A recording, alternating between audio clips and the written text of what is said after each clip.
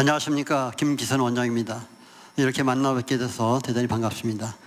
출혈, 임신과 출혈에 대해서 말씀을 드려볼까 합니다. 여성들은 남성에 비해서 이 출혈로 인해서 병원이 많이 찾는 것 같아요.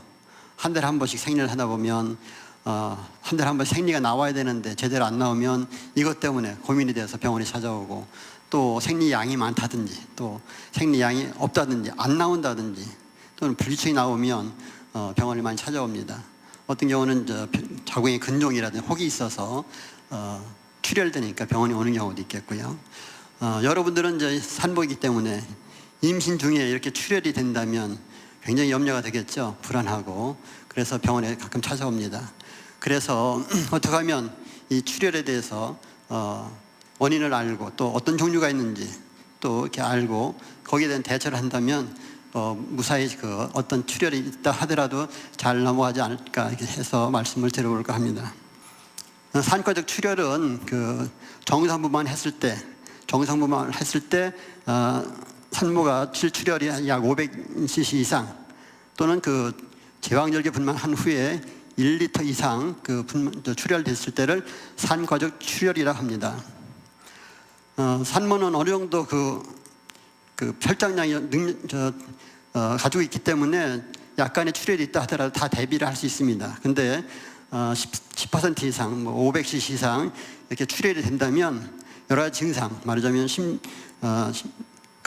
심장이 이렇게 벌렁벌렁 뛴다든지 또는 혈압이 떨어진다든지 또는 소변량이 감소하고 또는 어지럽고 또 출혈이 너무 많이 되다 보면은 심장이 작동을 안 하게 되면 사망으로 가는 그런 경우가 있습니다. 그래서 70분만 했을 때는 4에서 5% 이런 경우가 있을 수도 있고, 또 제왕절개 할 때는 6에서 8%까지 이런 산과적 출혈이 일어날 수 있는 것입니다. 그래서 모성 사망의 주변 원인 중에 하나인데 2000년도까지는 사망하는 경우가 이렇게 20%까지 도달했었는데 2008년도 이후에는 7% 뚝 떨어지게 되죠. 아마도 그것은 자궁동맥 색전술이란 기술이 보급이 되면서 이렇게 산모의 사망률이 떨어지지 않았나 생각이 됩니다. 주요 모성 사망 원인의 구성비를 보면 이렇게 노란색으로 된 그래프가 있죠. 이거는 자궁동맥 색전술이 2008년부터 증가하면서부터 보라색깔 나는 그래프가 산모 출혈, 자궁 이완 쪽으로 인한 출혈이 상대적으로 떨어지는 것을 이렇게 그래프로 나타내는 것입니다. 산모가 출혈이 되면 일단은 우선 제일 중요한 것이 수액을 잘 투여를 하고, 그 다음에 필요하면은 또 수혈도 하고, 수혈해도 안 된다 싶을 때는 가까운 병원에 가서, 가까운 대학병원에 가서 자궁동맥 색전술을 받는 것이 되게 순서입니다. 다행히 저희 병원은 이 강서 근처에 혈액원이 있고 또 가까이 한 5분 거리에, 차로 5분 거리에 대학병원이 있고, 그래서 저희 병원은 그렇게 큰 사고는 없었습니다. 그래서 그런 출혈 사고가 가끔 있어요. 가끔 있는데 우리가 잘 대처를 하기 때문에 이렇게 사망 사고는 없었고 그런 일은 없었던 것 같습니다. 지금부터 산모가 이렇게 출혈이 있게 되는데, 그러면 임신 중에 어떤 변화가 있는지를 알아보겠습니다. 분만 시의 생리적인 출혈에 적응하기 위해서는 임신 3분기에 혈장량이 늘어나게 됩니다. 그래서 보통 28주 넘어서부터 혈장량이 늘어나는데, 혈장이 늘어나다 보니까 어떤 분들은 임시성 고혈압이 찾아오게 되고 혈압이 높아지죠. 그리고 혈구 수도 24% 증가해서 나중에 분만할 때 출혈에 대비해서 우리 몸에서 적응을 하는 겁니다. 근데 이제 그래서 혈액이 보통 1리터에서 한 2리터 정도까지는 늘어나게 되죠. 그리고 어떤 기전이 있냐면 자궁에 자궁 혈관들이 수축을 합니다. 수축을 하게 되면 피가 그만큼 덜 나가게 되겠죠. 그리고 간질액, 혈관 밖에 있는 그런 액체가 간질액인데, 간질액이 혈관으로 들어가게 돼서 혈액량을 증가시키는 그런 작용을 합니다. 또 하나는 자궁이 자궁 근육이 수축을 하죠. 수축을 해서 혈관 압박함으로써 자궁에서부터 나가는 출혈을 막아주는 그런 역할을 합니다. 근데 여러 가지 이유에 말하자면 이완증이라든지 또는 태반 유착 이런 것에 의해서 자궁 수축이 제대로 안 된다면 출혈로, 산후 출혈로 이어지는 것입니다. 그래서 우리가 분만하고 나서 이렇게 자궁 수축이 잘 되라고 자궁 수축제도 주고 또 유도제, 피토신도 틀어주고 이렇게 해서 수축이 되라고 이렇게 해줍니다. 근데 가끔 자궁 수축제를 주면은 배가 좀 아파요. 자궁 수축하니까. 그때 왜 이렇게 배가 아프냐고 이렇게 묻지 마시고, 이거 자궁 수축, 말하자면 출혈이 덜 되도록 해주는 거다라고 생각을 하시고 이해를 하시면 될 것 같습니다.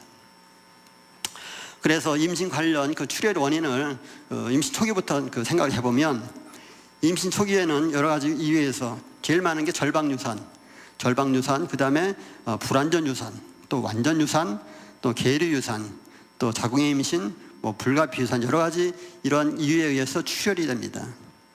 그리고 임신 중반기, 중후반기에는 태반 조기 박리라든지 전치 태반이라든지 또 전치 혈관, 이런 원인에 의해서, 이런 병에 의해서 출혈이 되는 것이죠. 그러면 먼저 첫 번째로 임신 초기에 오는 출혈에 대해서 말씀을 드려볼까 합니다. 대개 임신 초기에 오는 출혈은 자연유산, 유산기가 있어서 출혈이 되는 것이죠. 그래서 보통 자연유산은 20주 이전에 초기에 임신이 종결되는 것을 갖다가 자연유산됐다 이렇게 말을 합니다. 보통 확인된 임신에서 20%가 자연유산이 되는데, 확인되지 않은 임신까지 하면 보통 한 40%까지 우리가 보고 있습니다. 이렇게 자연적으로 유산되는 경우를 갖다가 자연유산하는데 80%는 보통 3개월 이내, 12주 안에 발생을 하고 그 후에는 횟수가 점점 줄어들게 되는 것이죠. 대부분의 염색체 원인은 염색체 이상으로 아기의 문제가 있어서 출혈이 되는 경우가 많고, 그 다음에 분만 횟수가 늘어난다든지 또는 엄마의 연령이 증가할 때 그런 자연 유산의 횟수가 좀 늘어난다고 합니다. 그래서 유산 비를 보면은 전체적으로 봤을 때 100을 가지고 기준했을 때 대개 한 55에서 60%는 출산이 되지만 나머지는 다 유산으로 확인됐거나 확인되지 않았거나 화학적 유산이나 다 이렇게 유산으로 되는 것입니다. 자연 유산의 원인을 보시면 원인은 엄마 측의 원인이 5가지가 있고 태아 측의 원인이 있는데, 태아 측은 주로 염색체 이상에 의해서 올 수 있다고 하고요. 엄마 측에서는 여러 가지, 이제 먼저 내분 이상 쪽으로는 황체 호르몬, 우리가 임신을 하게 되면은 배란되고 나서 난소에 황체가 만들어집니다. 황체에서 황체 호르몬이 분비돼서 임신을 잘 유지시킬 수 있도록 이런 호르몬이 분비가 되는데, 이 호르몬이 어떤 사람들은 부족한 사람들이 있어요. 그러면 임신 잘 유지 못하고 자꾸 출혈을 비치고 유산이 되는 경우가 있습니다. 또 한 가지는 갑상선 항체가 생겨가지고 항체가 아기를 공격하는 그런 일이 있기 때문에 거기서 또 유산이 되는 경우도 있고, 또 당뇨, 인슐린의 의존성 당뇨, 인슐린 비의존 당뇨가 있는데, 인슐린 의존성 당뇨 있는 산모들이 그렇게 자연적으로 유산이 된다고 합니다. 두 번째로 면역계 이상, 면역계에 어떤 문제가 있어서 오는 경우, 유산이 되는 경우 있는데, 자가면역, 말하자면 항인지질 항체라는 게 있습니다. 항인지질 항체가 있는 사람들은 습관적으로 2번, 3번 자꾸 유산이 됩니다. 그래서 우리가 습관적인 유산이 되는 산모들한테는 이런 항인지질 항체 검사를 해보는 것이죠. 또는 동종면역은 개체가 다른 사람에 대한 면역입니다. 엄마와 아기는 서로 개체가 다르죠. 그래서 아기가 생겼을 때 아기에 대한 항체가 만들어져서 공격하는 겁니다. 만일 엄마가 RH 네가티브고 또는 아기가 RH 포지티브일 때 자꾸 엄마에서 만들어진 항체가 아기를 공격하기 때문에 아기가 살 수가 없는 것이죠. 그런 동종면역이 있겠고, 또는 여러 가지 약물이라든지 또는 여러 가지 환경 조건에 의해서 생길 수가 있는 것입니다. 흡연을 한다든지 또는 음주를 한다든지, 흡연에 의해서는 보통 14가피, 하루에 14가피 이상을 핀다면 유산되는 확률이 2배가 높다고 해요. 또 음주도 일주일에 2번 이상 마시면 2배 이상 유산이 확률 높고, 매일같이 마신다면 3배까지 유산의 확률이 높아진다고 해서 여러분 절대 임신 중에 가급적이면 음주나 흡연하시면 안 됩니다. 그리고 또 한 가지는 과량의 카페인. 여러분 커피 좋아하시죠? 보통 하루에 한 잔 정도는 괜찮지만 하루에 4잔 내지 5잔 이상 마시면 유산과 관련이 되니까 카페인도 가급적이면 줄이는 것이 좋습니다. 아기한테 문제 있을 때, 아기가 염색체 문제 있을 때 보통 유산이 되는데, 아기가 비정배수체 이상과 또는 정배수체 이상인데, 정배수체가 뭐냐면 보통 우리가 엄마의 염색체가 23개, 아빠가 23개 만나가지고 46개가 되죠. 이렇게 이게 정배수체입니다. 근데 비정배수체는 요 숫자가 46개가 아니에요. 첫 번째로 새 염색체증은 뭐냐면 47개, 말하는 다운증후 같이 21번째 3개가 있는 사람들은 이렇게 그런 사람이 있어요. 보통 7개, 상염색체 중에 7개가 제일 많다고 하는데 그 중에 다운증후도 하나 속에 들어갑니다. 그 다음에 홀 염색체증, 말하자면 이건 45X, 터너 증후군이 45X인데 이런 염색체 하나 부족한 그런 것 갖다가 홀 염색체증, 또는 3배수체증. 3배수체증은 23개 염색체가 3개예요. 그러면 도합하면은 69개의 XYY 이런 염색체가 되겠죠. 요거는 포상기태, 불완전 포상기태에서 이제 보통 올 수 있습니다. 정배수체 유산은 보통 46개 염색체 맞지만 유산이 되는 경우 보통 13주 넘어서 35세 이상에서 주로 많이 올 수 있다고 합니다. 앞에서 말씀드린 포상기태 중에서도 완전 포상기태가 있고 불완전 포상기태가 있어요. 완전 포상기태는 염색체가 46개지만 불완전 포상기태는 69개입니다. 그리고 애기 형태는 있지만 완전 포상기태는 애기 형태는 없어요. 태관 조직을 보면은 꼭 개구리알처럼 이렇게 모양이 되어 있습니다. 초음파로 보면은 구멍이 빵빵빵 뚫려 있는 그런 영어로 하면 스노우스톰, 눈보라지는 모양이다라고 우리가 보통 얘기를 하고 있습니다. 그러면 자연유산의 종류가 여러 가지 있다 말씀드렸는데, 첫 번째로 절박유산. 여러분들 임신 초기에 가끔 피를 좀 흘린 경우 많이 있죠. 대개 임신을 유지하지만 피가 조금 흘리는 경우를 갖다가 절박유산증이라고 보통 얘기합니다. 임신 초기에 배가 살살 조금씩 아프면서 피가 묻어나오는 혈성 질분비군이 있는 거, 원인은 잘 모르지만 여러 가지 이유가 있습니다. 착상혈이라든지 또는 자궁경부에 어떤 병변이 있다든지 또는 자궁경부에 용종이나 폴립이 있다든지 또는 자궁경부에 탈락막 반응을 보일 때 이런 절박유산으로 인해서 출혈이 된다고 하죠. 그래서 이런 출혈이 되면은 유산이 될 수도 있는데 보통 대부분은 8주 이내에 발생을 하고 12에서 15%는 20주 이내까지 유산이 된다고 합니다. 그래서 주의 깊게 잘 지켜봐야 되겠죠. 그러나 대개 심장박동이 있다면 초음파로 봐서 심장박동이 있다 그러면 대개는 괜찮습니다. 그러니까 너무 염려하지 마시고 절박유산이 있다 해서 대개 유산전이 경우 이렇게 아까 말씀드렸지만은 그렇게 높지 않아 12에서 15%니까 너무 걱정을 안 해도 됩니다. 치료는 보통 절박유산증이 있으면 안정하세요 말씀을 해요. 안정. 어떤 경우는 침상 안정, 꼼짝 마세요 하는 경우도 있지만 대부분 과로하지 마시고 또 차 타고 멀리 가지 마시고 차 타고 오래 타고 다니는 거 또는 부부관계를 한다든지 이렇게 좀 위험스러운 일을 가급적이면 않는 게 좋아요. 적어도 3개월까지는. 그 이유는 대개 유산전의 경우가 적기 때문에 적어도 3개월까지는 아기를 위해서 엄마들이 주의를 하고 보호를 해줘야 됩니다. 좀 힘들다고 자꾸 하고 싶은 거 다 하시면 이렇게 밤에 보통 당직 하다 보면 밤에 피가 비쳐서 오는 경우가 많이 있더라고요. 저는 그러면 가급적이면 대부분 다 주무시고 하세요. 저희 병원에 다 입원시킵니다. 왜냐하면 왔다 갔다 하는 게 더 악화될 수도 있고 또 보통 하루 이틀 병원에 입원시켜 놓으면 되게 멋습니다. 그래서 저는 저녁에 오면 무조건 입원하시라고 말씀을 드리는데, 그러고서 아까 말씀드린 황체 호르몬 주사도 주고 이렇게 합니다. 이렇게 이제 육모막 하에 육모막 밑에 이렇게 혈종이 보일 때 까맣게 보이면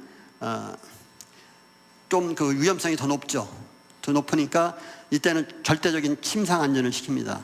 다른 일 하지 마시고 자칫하면 진짜 유산되니까 조심해야 됩니다 하고서 혈종이 볼 땐 특히 조심을 해야 됩니다. 그러면 두 번째로 임신 중후반기에 생기는 출혈에 대해서 살펴보도록 하겠습니다. 먼저 그 태반 조기 박리 이런 게 있습니다. 태반 조기 박리는 아기가 나오기 전에 미리 태반이 일부가 떨어진 겁니다. 일부가 떨어져 가지고서 피가 밖으로 보이는 경우도 있고 또는 그 피가 안에서 고이는 경우가 있어요. 이 피가 안에서 고일 때 이걸 갖다가 은폐성 그 출혈을 해가지고서 굉장히 이게 위험합니다. 아까도 그 안동의 어떤 산부인과에서 사망 사고가 있었는데 이 태반 조기 박리의 은폐성 출혈 때문에 그런 그 사망 사고가 있었습니다. 은폐성 출혈은 뭐냐면 이렇게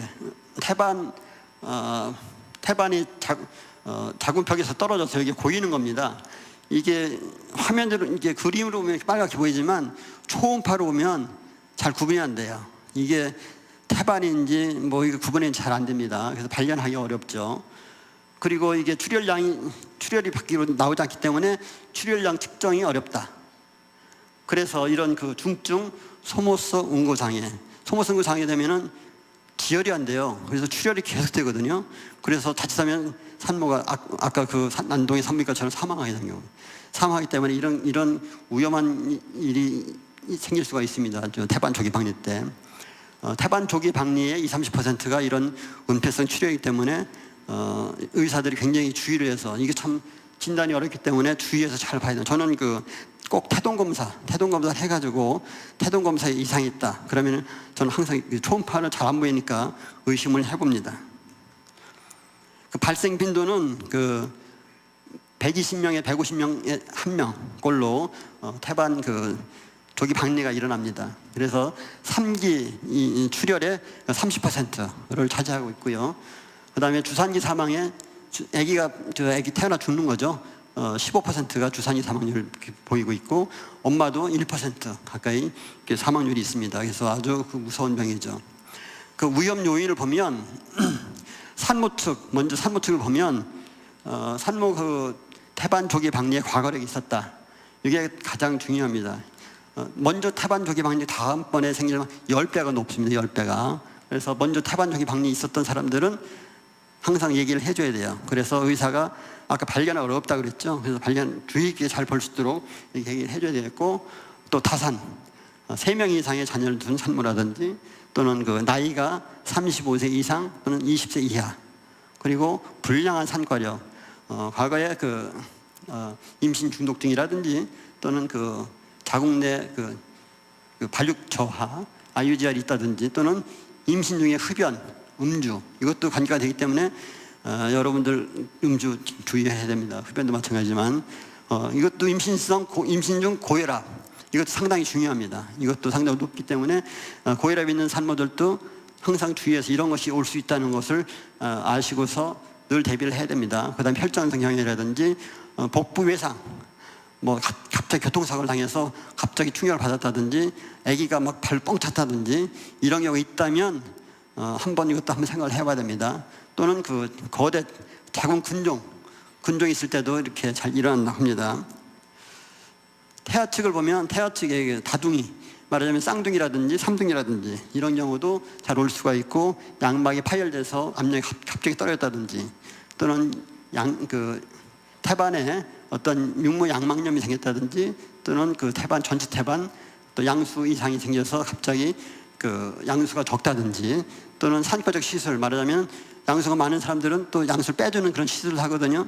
이럴 때 주의를 해야 되고, 또 여가 회전술 거꾸로 있는 애기들 돌린다고 이렇게 하다가 머리를 밑으로 간다고 하다가 이렇게 태반 박리가 일어날 수 있다고 합니다.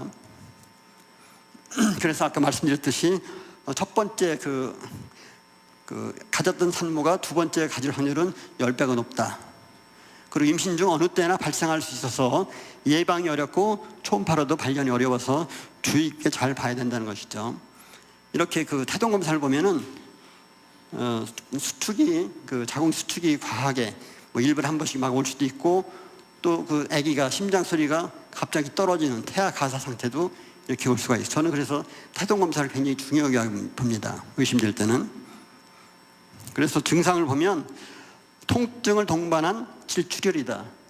아까 저 다음에 설명할 전치태반하고는, 전치태반은 통증이 없는 질출혈. 근데 태반 조기박리는 통증이 있는 질출혈을 보일 때 항상 의심을 해봐야 되고, 가끔 출혈이 없을 때 조산하고도 가끔 헷갈립니다. 조산 똑같으니까요. 진통이 있으면서 조산하고도 봐야 되겠고, 통증이 좀 자주 있는 그 잦은 빈도의 자구 수축과 이런 과하 수축, 또는 아까 말씀드린 듯이 아기 심장 소리가 뚝뚝 떨어지는 태아 가사 상태라든지, 출혈이 많다 보면 쇼크도 일어날 수 있고, 또 많다면 콩팥으로 가는 피가 부족하다 보니까 신부전증도 올 수 있고, 또 소모성 혈액응고장애, 또 태반 졸중 이런 것들이 올 수 있는데 전부 다 소름 끼치고 무서운 것들입니다. 여기요, 그죠? 이 무서운 소모성 혈액응고장애, 이 태반 조기박리 때 또는 양수 색전증 이런 것이 있을 때 소모성 혈액응고장애도 올 수가 있어요. 아주 무섭습니다. 이게 왜 오냐면 우리 몸속에 있는 섬유소원이 뭐냐면, 태반을 응고시키는 제일 마지막 단계가 섬유소원입니다. 섬유소원이 줄어들었기 때문에 심각한 혈액응고장애를 일으키는 것이죠. 올 수 있는 경우는 말씀드렸듯이 태반 조기박리라든지, 자궁 내 태아가 사망했다든지, 또는 다태 임신 시 하나가 죽어 있다든지, 또는 전자간증, 임신 중독이죠. 또는 폐혈증이 있다든지, 또는 양수 색전증 이런 것들 때문에 이렇게 저섬유성 원증이 올 수 있기 때문에 아주 이런 것이 오면은 주의 깊게 잘 봐야 되겠고요. 그 저섬유성 혈증은 뭐냐면은 말씀드렸듯이 이 파이브로노겐이 감소가 일어납니다. 보통 일반적으로 산모들은 300에서 600 정도 유지를 해야 되는데, 이런 저섬유 오면은 100 이하로 떨어지고 출혈이 막 되는 거죠.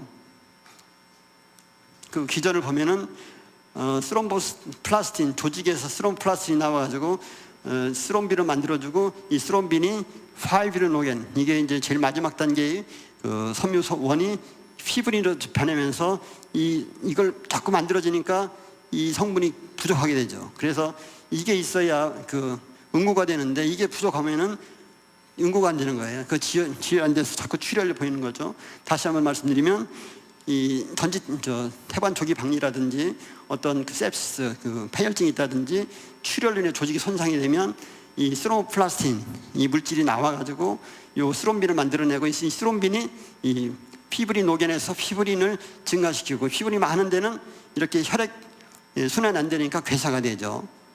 대신 필요한 곳, 응고가 돼야 되는 곳에는 부족하기 때문에 또 출혈이 이루어지고, 그래서 이게 굉장히 무서운 그런 결과를 초래하는 것이죠. 그래서 치료는, 태반 조기박리 치료는 질출혈 또는 저혈압 이런 빈백 속에 있다면은 수액을 빨리 공급을 해주는 거예요. 일단은 수액, 생리식염수라든지 전해질이 들어있는 하트만 용액이라든지 이런 걸 주고, 그 다음에 피 검사를 해서 이런 피브린 노겐이 있는 수치를 혈소판하고 피브린의 수치를 섬유소원 체크를 해야 돼요. 체크를 해서 만일 부족하다면 빨리 혈장을 줘야 됩니다. 그래도 안 된다면 빨리 응급실 통해 대학병원 통해 보내가지고서 자구동맥 색전술 이런 걸 해야 되겠죠. 예방은 금연이라든지 또는 외상이 발생하지 않도록 주의를 해야 되겠고, 만일 교통사고로 충격을 받았다면 병원에 방문해 가지고서 이런 것이 있는지 확인을 꼭 하셔야 됩니다. 그리고 고혈압이나 또는 전자간증 이런 양수 파열이 있다면 또 이것도 한번 의심을 해봐야 됩니다. 마지막 세 번째로다가 산후의 출혈, 아기 낳고 나서 올 수 있는 출혈, 이것은 보통 아기가 날때를 기수로 나눠서 1기, 2기, 3기, 4기 이렇게 나누는데, 1기는 자궁문이 다 열릴 때까지 1기라고 하고, 2기는 아기가 자궁문 다 열려서 밖으로 나올 때까지가 2기, 3기는 태반이 떨어질 때까지 3기, 그리고 4기는 태반이 떨어지고 나서 1시간까지를 보통 4기라고 하는데, 이 3기, 4기가 굉장히 중요해요. 아기가 낳고 나서 이 출혈이 있는 걸 잘 봐야 됩니다. 가끔 아기 낳고 나서 괜찮겠지, 다 좋다고 해서 병실에 있다가 하혈로다가 돌아가시는 분이 있어요. 그래서 이걸 굉장히 주의해야 봐야 되는데, 그 원인을 보면은 자궁 정부가 손상이 되는 경우, 자궁 형부가 찢어지는 경우가 있어요. 또 한 가지는 질벽이 저 깊숙이 찢어지는 경우도 있고, 또 하나는 그 자궁이 수축이 안 되는 경우, 이유 없이 그 수축이 잘 안 되죠. 이때 뒤에서 설명을 드리겠습니다. 지속적으로 출혈이 된다면 태반에 어떤 그 남은 게 있는지, 잔류 태반이 있는지 확인을 해봐야 됩니다. 가끔 그 태반을 이렇게 보면은 덩어리 망울망울 이렇게 뭉쳐 있는, 그것이 하나로 되어 있는 그 형태로 되어 있어요. 그래서 한 덩어리가 들떨어지는 경우가 가끔 있거든요. 그러면 그것이 이제 출혈로 이어지는 것이죠. 그래서 잘 떨어졌는지 항상 이렇게 유심히 봐야 됩니다. 그 다음에 그 산도의 어떤 혈종, 피가 그 질 속에 어떤 많이 고여서 막 이게 부어 있는 경우도 가끔 있어요. 이런 경우도 출혈로 이어질 수 있기 때문에 주의를 해서 봐야 됩니다. 먼저 첫 번째로 산도 열상을 보면은, 산도 열상을 왜 오느냐, 급속분만 한다든지, 갑자기 막 애가 열려가지고 한 시간 만에 났다든지, 이렇게 급속분만 한다든지, 또는 그 힘을 갑자기 줘줘서 갑자기 그 산도가 찢어지는 것이죠. 갑자기 힘을 주면은. 그래서 그 아기 낳을 때 갑자기 막 그 아프다고서 소리를 쫙 질리면서 힘 주면 안 됩니다. 왜냐하면 산도가 나갈 수가 있어요. 그러면 출혈로 이어지기 때문에. 그 다음에 질의 그 3분의 1 열상이 오는 경우, 자궁 정부 열상이라든지 또는 상 3분의 1 열상이 오면 이거를 꼬매줘야 되는데, 이게 참 꼬매기 힘들어요. 왜냐하면 피는 계속 나와서 시야가 가리죠, 일단. 그 다음에 벌려줘야 되는데, 벌리면 또 산모는 아프다고 그러죠. 아프고 시야는 가리고, 이러다 보니까 이 자궁 경부 열상이라든지 또는 질 상부의 그 3분의 1 부위가 찢어졌을 때는 좀 힘들다. 그러나 꼬매줘야 되죠. 꼬맬 때는 꼬매야 됩니다. 그래, 아프다고 막 소리치지 마시고, 협주를 구할 때는 여러분이 잘 참고서 협주를 해줘야 됩니다. 왜냐하면 잘 꼬매줘야만이 지혈이 되니까요. 그 다음에 회음부 열상이 있습니다. 회음부 열상은 이쪽 항문 쪽으로 이렇게 찢어지는 경우인데, 이걸 3도 열상, 4도 열상, 그래서 4도까지 항문 관략근까지 나가는 4도 그 점막까지 나갈 때 얘기를 하는데, 3도는 가끔 나갑니다.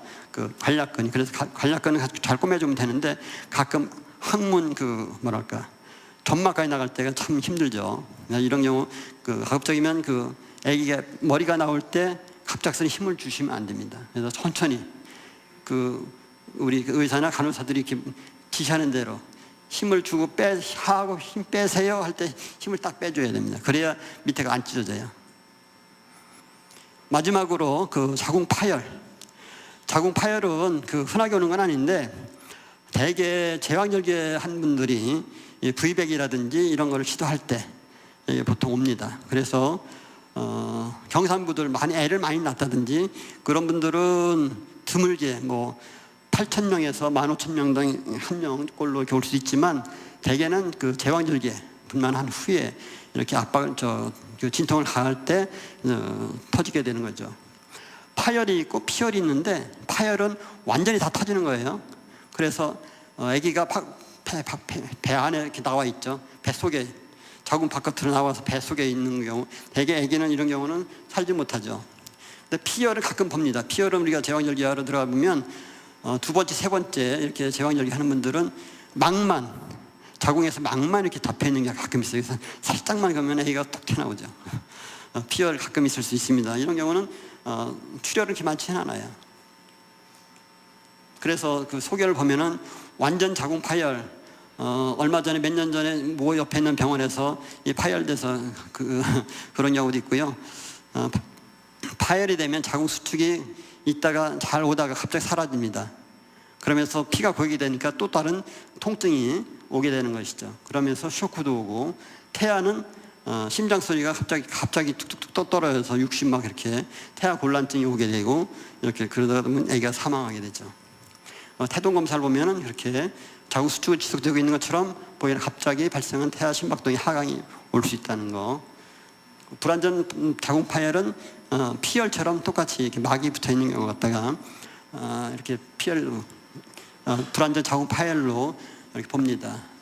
이상에서와 같이 자궁 출혈, 임신 관련된 출혈, 임신 초기, 임신 중후반기, 산후 출혈 이 세 가지에 대해서 크게 나눠 살펴보았습니다.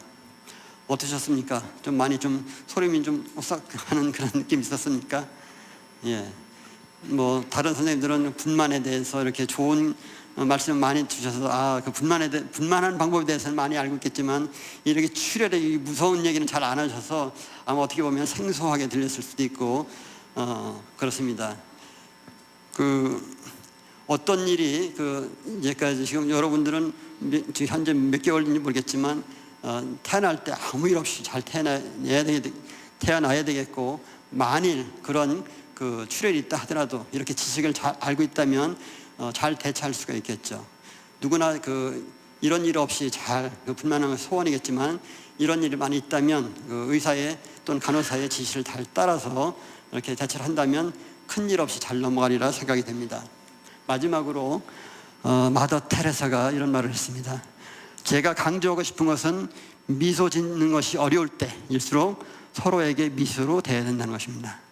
마더 테레사가 이렇게 편한 일을 하지 않았죠. 힘든 상황 속에서도 항상 미소를 항상 짓고 있었던 것은 마음에 그만큼 여유가 있었다는 것입니다. 그래서 여러 가지 살다 보면 힘든 일도 많고 덥고 또 홀몸도 아니기 때문에 많이 힘드시죠. 힘들 때일수록 이렇게 미소를 짓고 사는 것이 바로 여러분의 행복입니다. 앞으로 마지막까지 분만을 잘 하셔서 행복한 가정을 이루시기 바라겠습니다. 감사합니다.